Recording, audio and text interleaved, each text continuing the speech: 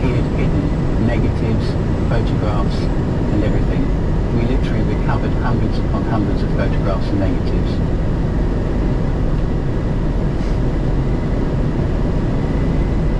I went to see one of the mothers because I suspected that some of the photographs I had were of her son.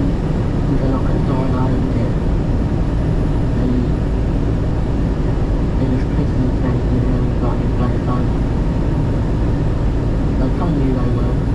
I can say that it was one of the most difficult interviews I've had to deal with, because you're not only dealing with a mother whose son has been photographed and she was unaware of this. I couldn't look at my brother, I couldn't even look at my mum, I couldn't go near anyone.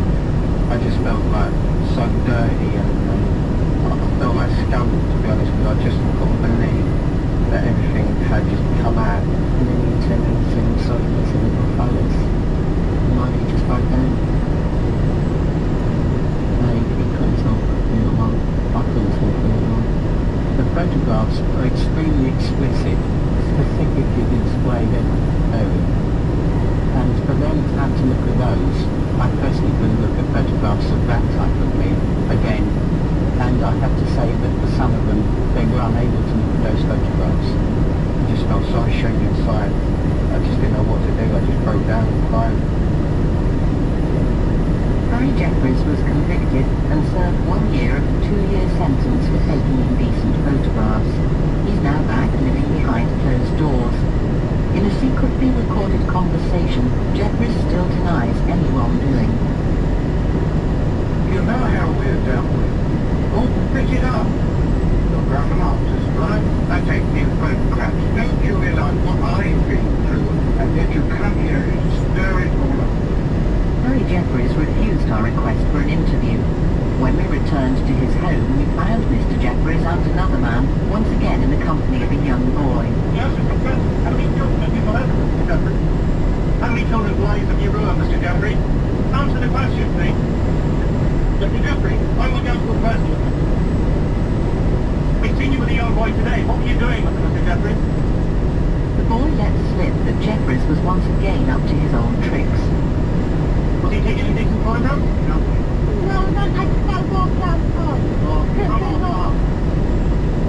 The police have now started a new investigation of Harry Jeffries. Take your t-shirt off. Come on.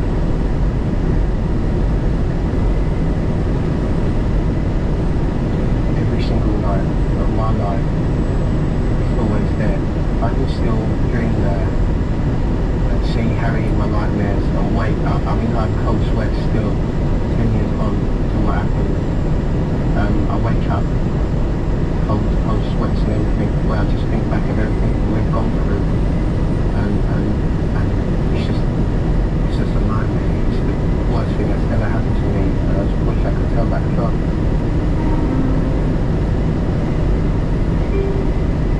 Harry Jeffries told his victims he was an official photographer for Bother Boots, a casting agency. The owner of Bother Boots is Peter Howells. I've never been anything wrong in there.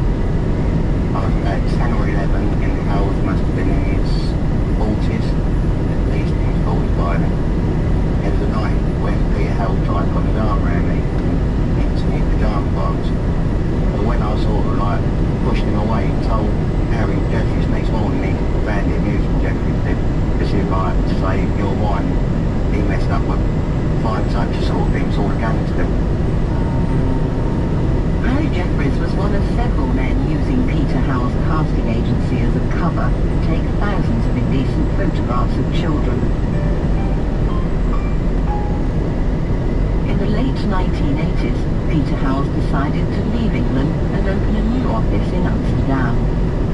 One of the men who was certainly connected with this investigation was now living full-time in Amsterdam. There was an incident in respect to this man. He was assaulted, and I understand from the Dutch police that when they went to render assistance, that in fact all over the houseboat was numerous photographs of young boys in indecent poses. The difficulty is the difference in laws between our two countries, and the Dutch police were unable to do anything about it because of their different laws. certainly my main concern was, because of the connection between these men, was that there certainly would have been pictures of some of my victims.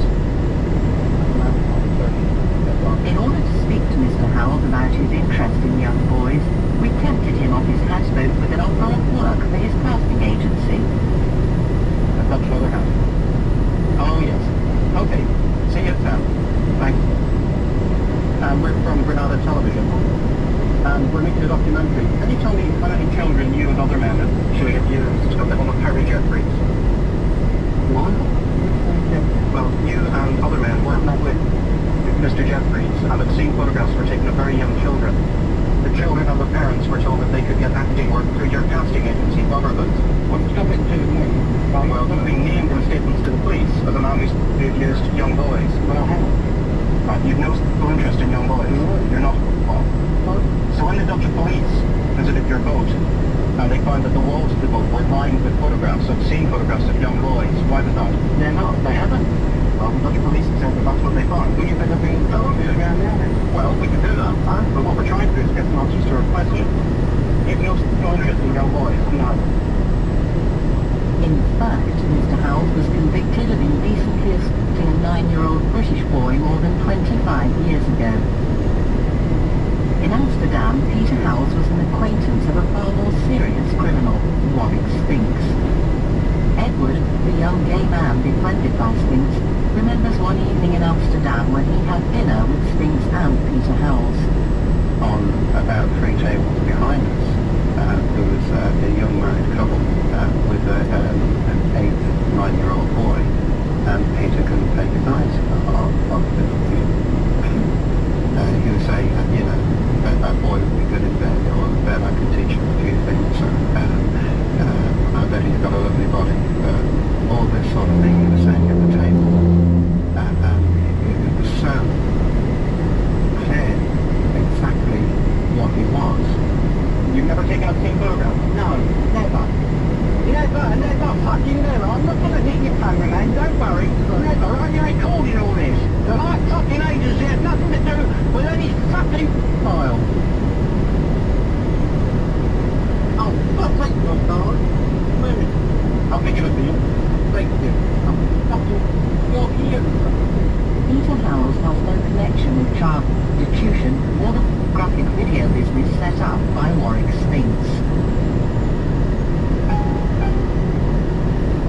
In 1995, Warwick Spinks was jailed for 5 years for selling a 14-year-old British boy in a Dutch brothel. There's no doubt in my mind that Warwick Spinks was offering children to men. When we searched his house, we found a list that he called the Clanton list, the client list, with the Youngen, which is another expression for boys, with various details of them and their bodies shown on it, and also the various interests of the clients. So I've no doubt that this was a business operated by him.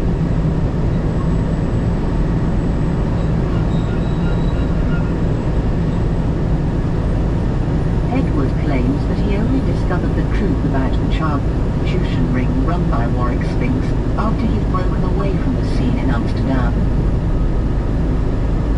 Warwick came up with the idea of having boats just outside of Amsterdam where these clients could go. There would be a young boy on the boat, and there would be the client on the boat, and then they would be able to do whatever they wanted to the boy. This man, Edward, insists he has seen 5 videotapes where children have been sexually abused, tortured, and then in front of a camera. The man was on board with the boy. He was allowed to do anything that he wanted to do to the boy. Things got out of hand.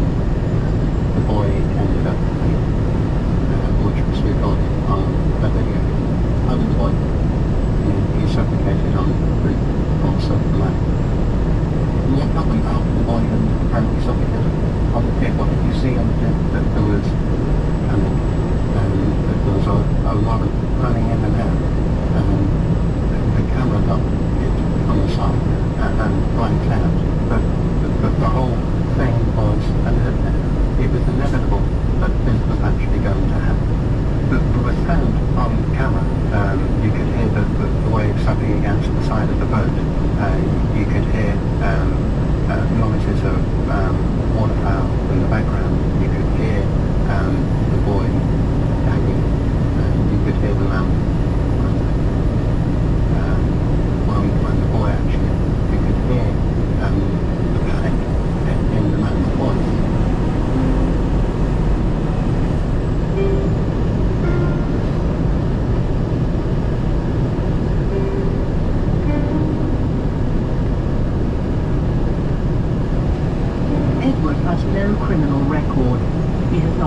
paid for telling his story. And since talking to us, he has been interviewed by both the British and Dutch police and has offered to work with them to prove that what he says is true. The Dutch police have now launched a formal inquiry into Edward's allegations. The reason Edward has to be taken seriously is that he's pointing a finger at a man with a track record of reporting sexual violence towards young boys. Warwick Spinks was placed under surveillance by Scotland Yard precisely because of information received that he was selling tapes of children being driven. In a remarkable and revealing conversation when he did not know he was being secretly recorded by undercover police officers in Holland, Spinks boasted of his knowledge of snuff movies. An actor reads from the official police transcript. I know somebody who was in a snuff movie, and somebody got snuffed in front of him. He was from Birmingham, middle 20s. I know the person who made the films. I felt sorry for this boy. He was a German boy, about 13, 15. He thought he was going to make 200 guilders, and ended up being. I know I'm a fat old queen, but I get away with it, don't I? Rumours of the existence of what are known as snuff movies have been around for a very long time. Law enforcement officers have never ever found them in case. However, it's fair to say that in my experience we've witnessed video films, horrendous children, arriving at a point where they are butchered. From prison, Spinks denies committing any crime. I had 3 brothels in Amsterdam, but that is not in itself does not make me it does not make me an associate. It does not mean I'm in a following because I've never had anything to do with anything like that. I think Lord Spink is really disgusting. He's put a lot of people who are not paid. He doesn't care about the consequences. He just don't think like that. He just wants the voting to money. If he doesn't get it, he go out and get it. He will go out and get it.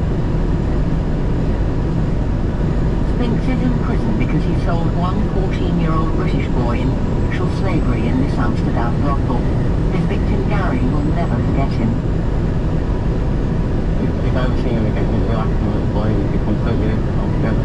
He's put my life between. He hasn't really damaged me inside. You know what I mean? We can beat someone up, damage him emotionally like he has done to me and a lot of other people who've done it to me. Edward insists that not only was Spinks involved in the systematic abuse of children, he was also involved in their murder. At our request, Edward has helped the Dutch police find the house in a suburb of Amsterdam where he says he was shown videos of young boys being killed.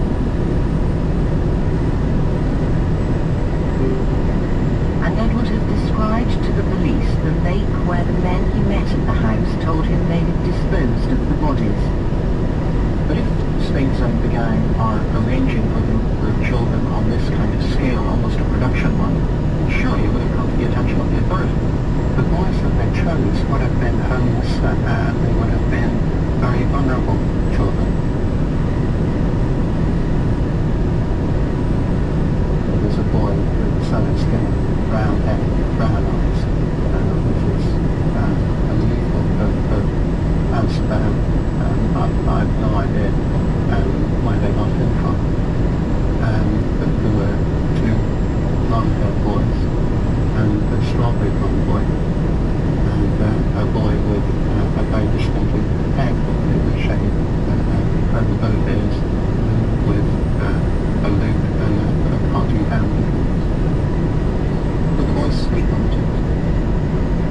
They cried and speak. They did find out, but I don't know what language they were talking about.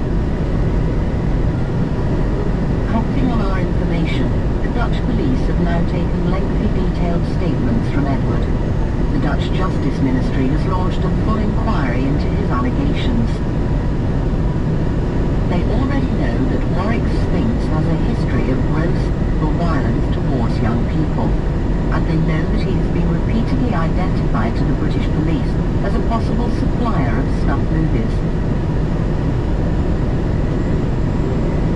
British Customs have confirmed to us that Edward first offered his incredible story to them in 1991. At that time, he was not believed.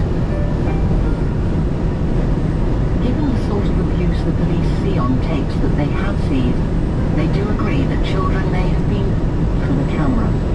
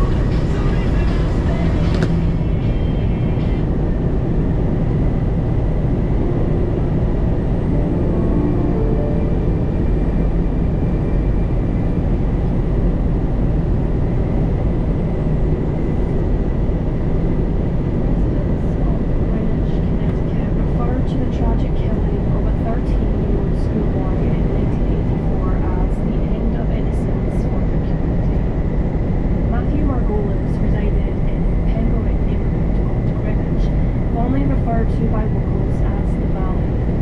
His family included his parents and his older sister, Stacey. The year 1983 marked a significant change in Matthew's life when, at the age of 12, his parents divorced, leading to his father moving out of Grantham. In the aftermath, Matthew found solace and support from his maternal grandparents, George and Stella Miazga, who lived just a few blocks away from his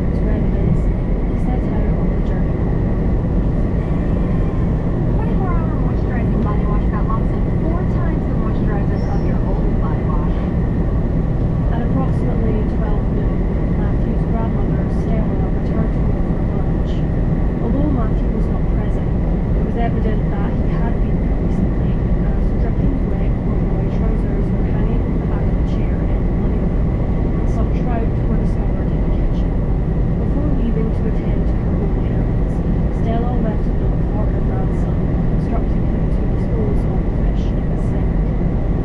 Around 5 p.m., Marianne returned to her recently widowed mother's residence after a busy day of running errands. Her plan was to collect Matthew and bring him home for dinner. However, upon arriving, the house was eerily silent, and Matthew was nowhere to be found. Both Stella and Stacey were also absent, as Stacey had an appointment and her grandmother had taken her. Marianne decided to wait until they returned, thinking Matthew might have possibly gone with them. But as the hours passed, there was still no sign of him. At approximately 7 p.m., overwhelmed with worry, Matthew's mother called the police to report her 13-year-old son as missing. A deep sense of foreboding gripped her as she couldn't shake the feeling that something terribly wrong had happened. The evening Matthew went missing, family members, police, a youth division officer, neighbours and local volunteers diligently searched the area, including the Byron River, hoping to find any sign of him, but their efforts were in vain. Contacting his friends yielded no information, as nobody had seen him in recent hours. The following day, the search efforts intensified with the involvement of divers, helicopter teams and firefighters brought in to aid the search. Matthew's father, Paul, residing in Dallas, Texas at the time, was contacted. He informed the police that he hadn't seen or heard from his son. As the search continued, the FBI became involved, and Marianne, Matthew's mother, made an emotional plea for information about her son's whereabouts in the British Towns newspaper. Matthew's sudden and unexplained disappearance was highly unusual, and it calls for significant concern. With fears that he might have fallen into the river, the focus of the search remained on the water in the following days. Sniffer dogs were brought in to assist and managed to track Matthew's scent to a waterfall below a dam on the river, but the trail abruptly stopped there. Despite divers searching the water, no trace of Matthew was found. The search for Matthew extended to various locations, including an abandoned house on a nearby farm and St. Mary's graveyard, where his recently deceased grandfather had been buried just weeks prior. Unfortunately, these searches also yielded no results. Posters and flyers were distributed throughout the Greenwich area, appealing to anyone with information to come forward. The police also scoured an area known as the Mill, where people often went for work, shopping, or socialising. Were established there. After 4 days of intense searching, the efforts had to be scaled back due to lack of evidence. At this point, authorities were inclined to believe that Matthew had fallen into the river and drowned. The focus shifted to searching for a body, as the possibility of a tragic outcome became more prominent in the minds. A few days before Matthew's disappearance, he had inquired with his mother, Marianne, about the area near Penrose Road and Hawthorne Street, leading to a secluded spot known as Glenville. When questioned about his interest, Matthew simply mentioned his curiosity. As if someone had prompted him to go there, but he denied it. She advised him not to visit the area alone, to which he acknowledged. During the search on September 2nd, Marianne and her soon-to-be husband, Jim, detected a foul odour emanating from a rocky dump site in the woods at the end of Hawthorne Street. They promptly informed the police, but the authorities dismissed it as the result of rotten fish left by anglers into the area. Skeptical, Marianne found it hard to believe his explanation. After 6 anguishing days of searching, on September 5th, the search was called off following the discovery of a young boy in a wooded area on a hill near a ravine. This location was adjacent to Penrose Road, near Hawthorne Street.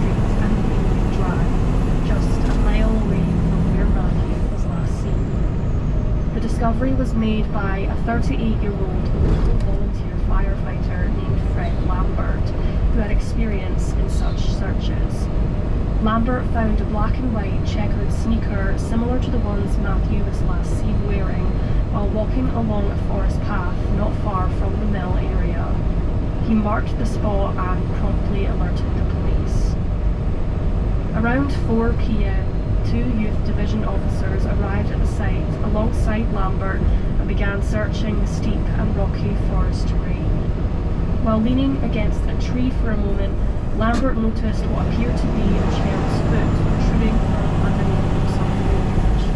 It soon became apparent that authorities were not dealing with a boy who had run away, distraught over his grandfather's death, who was looking for peace, nor an accidental death by drowning, but something much more sinister, a homicide.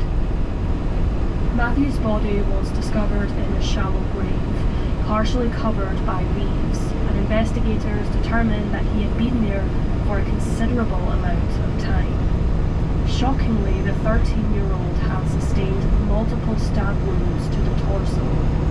An autopsy revealed that Matthew had attempted to defend himself against his attacker, but succumbed to multiple stab wounds and traumatic asphyxiation. Specifically, he had been strangled and suffocated with dirt forced down his throat.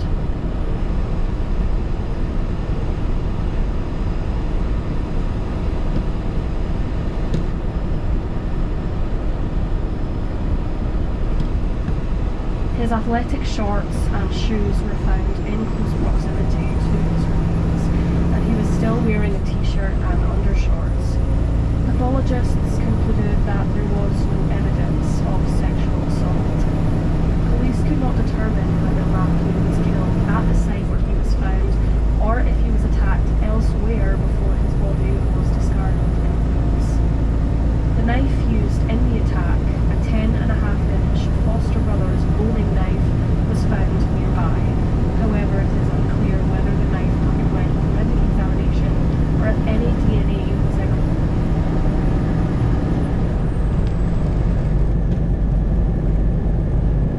taken from the blade. Interestingly, the fishing rod that Matthew had taken with him that day was initially not located. Eventually, it was found in possession of an individual claiming to be a friend who stated that Matthew had sold it to him. Miriam, Matthew's mother, was sceptical of this claim, as the fishing pole had been a gift from Matthew's late grandfather. However, this friend was never identified, and they were not considered a suspect or person of interest, despite likely being the last person to see Matthew alive. In the year 2000, Matthew's case files were released by the Greenwich Police in response to a request from the Freedom of Information Commission. The files had been sealed to avoid compromising an active investigation. Some specific details in the files were redacted. Many raised questions about how the Greenwich Police handled the early stages of the investigation. Notably, no specific officer was initially assigned to tackle Matthew's missing persons report, which was considered a significant oversight likely to delay into normal proceedings. Even after an officer was eventually assigned to investigate the murder, only one detective physically visited the crime scene. The lack of coordination in this particular investigation faced scrutiny. According to the case files, sightings of Matthew were reported in several places around Pembroke in the afternoon and early evening, including his grandmother's driveway and the deli, a popular hangout spot for teenagers at the town. A group of local teenage boys, known as the Valley Boys, were often seen around the deli who were involved in petty crime and drug use. Some sources suggest that Matthew had confronted these boys about their behaviour and the risks of taking drugs. However, conflicting reports from Matthew's friends also indicate that in the weeks following his grandfather's death, he was seen spending time with the Valley Boys. On the day Matthew was last seen, August 31st, a group of approximately 12 of these boys was spotted